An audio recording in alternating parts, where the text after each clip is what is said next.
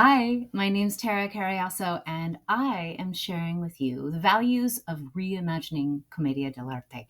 So, this is a succession of images that I posted in Instagram as part of one of my campaigns to uplift public knowledge about some of the work that I'm doing, specifically trying to get theater educators engaged here.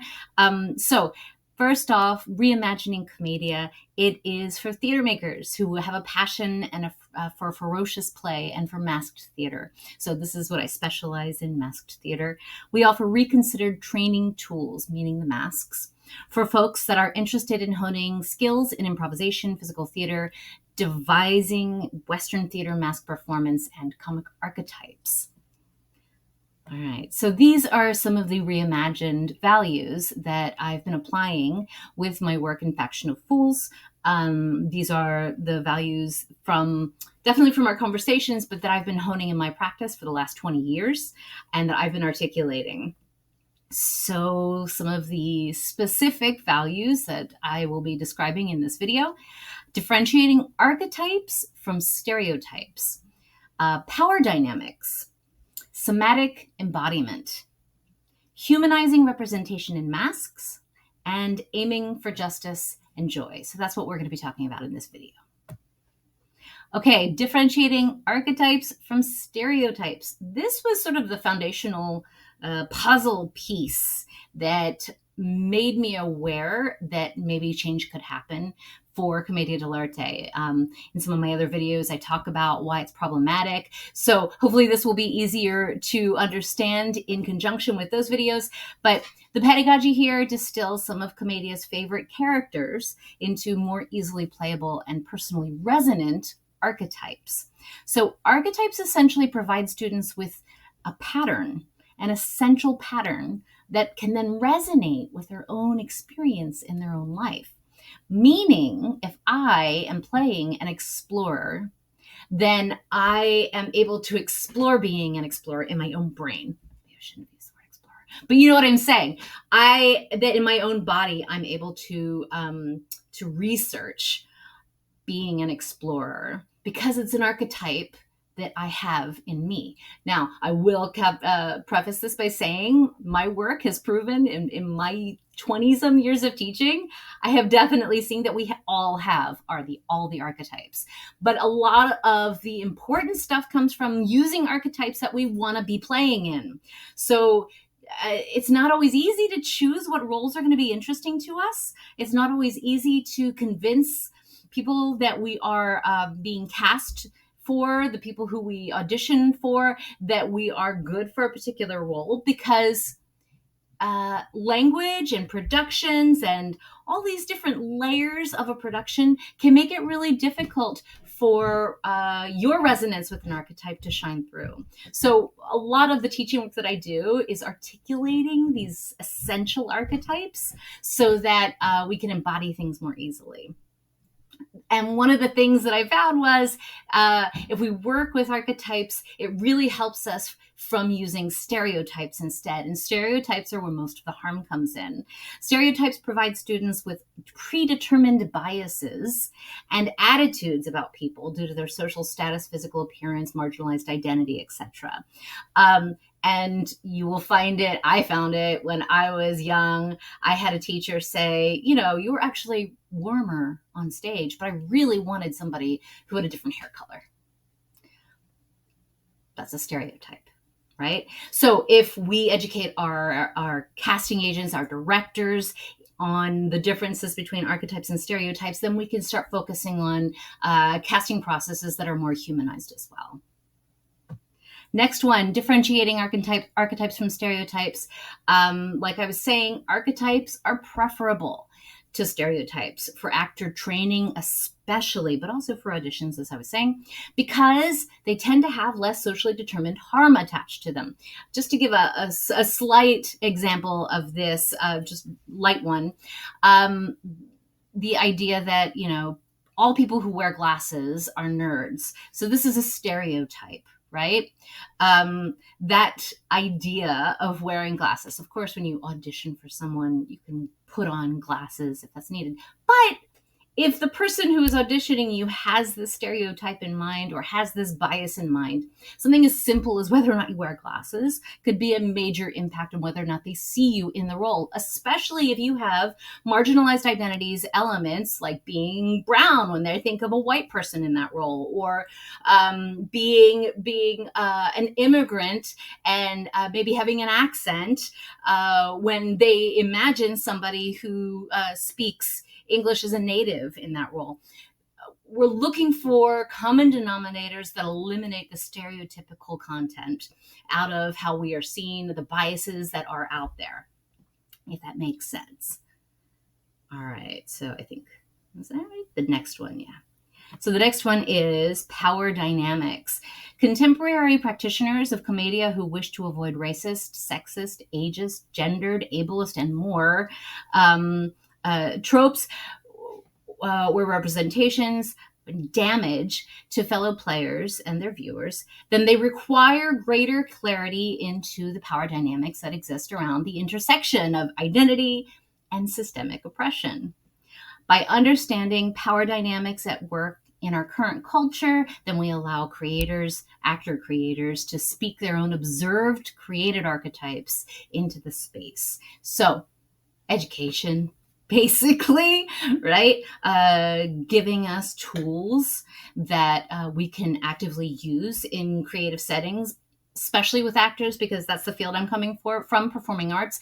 But I believe very strongly that these tools can be used in all the mediums. So we're talking about literary arts, we're talking in visual arts of all kinds, we're talking about film arts. These are ways that we think, and they can be looked at and analyzed through a lens that removes some of the bias, is my assertion, and is my hope, and is my work. Somatic embodiment. So this is another aspect of the work that I have brought that I am very vigilant about.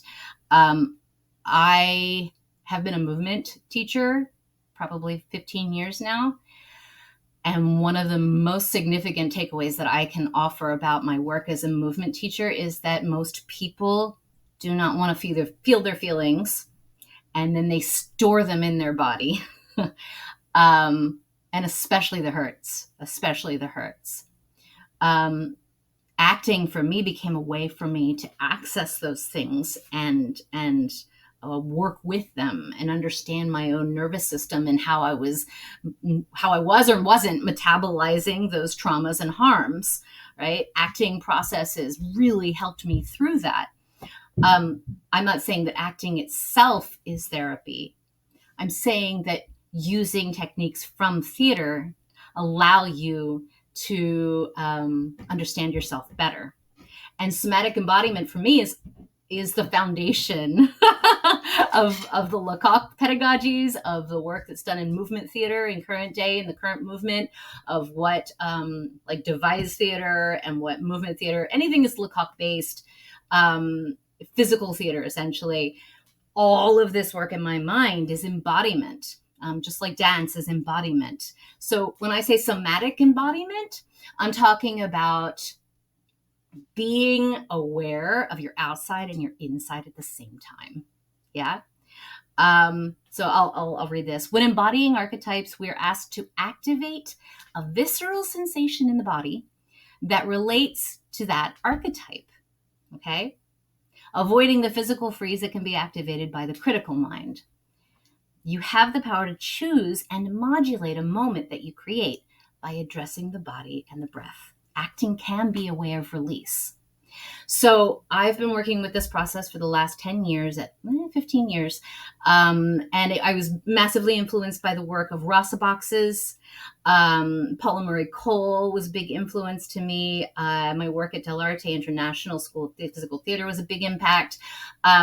So in my work using somatic embodiment, I have found that people find liberatory processes in acting, that they find that they are able to exist in a way that feels more powerful to themselves as people.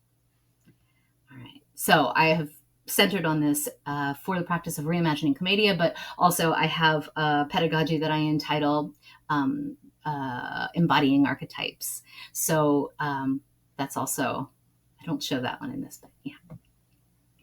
Humanizing representation in masks. Waxing Moon Masks Education and Fabrication Company of Baltimore designed new training masks with Faction of Fools as a way of entering the ferocious play of comic mask. We took inspiration from the faces of the global majority, and I think this part's really important. I was trying to make sure that I was aiming for archetypal characteristics, not stereotypical characteristics, so that all people could play in these masks and not feel like they had to, I'm a young woman and I have to play a grumpy old man who's lecherous, right? Is that the important part to be playing or to be learning to play? Yes, we can learn about the character, the historic character of, say, Pentalone. But do I have to put all the harms of that character's history into my body? Or can I learn the play of Commedia without that? And so the masks we worked on humanizing, and we've been working on taking out the animal elements that tend to creep in from historic representation in these masks, and many other things. All right, and lastly, but absolutely not least, aiming for justice and joy. I often find that a lot of the purists who talk about specifically the form Commedia dell'arte that I work a lot in, but in many, many forms of theater practice, right? That, joy is going to hurt somebody. If you have a laugh, it's going to hurt somebody. So you should just accept it. And I think pretty clearly through my practice and through my research and through my years of work, I can say that that is not true. We don't have to have joy at the expense of someone else. Generally, that practice is called punching down. And there's another practice that you might be familiar with, which is called punching up. And punching up is a liberatory process because it helps you articulate your experience and your needs. For sure, that is a part of what I advocate. It's integral to uplift the voices of folks who are marginalized. And we have to do that by abandoning colonial storylines and capitalist aspirations. So we want to tell stories that are centering people who are the least empowered in the social structure so that we can envision a more just future. That's why we're aiming for justice and joy, and it can be done. Thank you so much, and I hope this was helpful. Take care.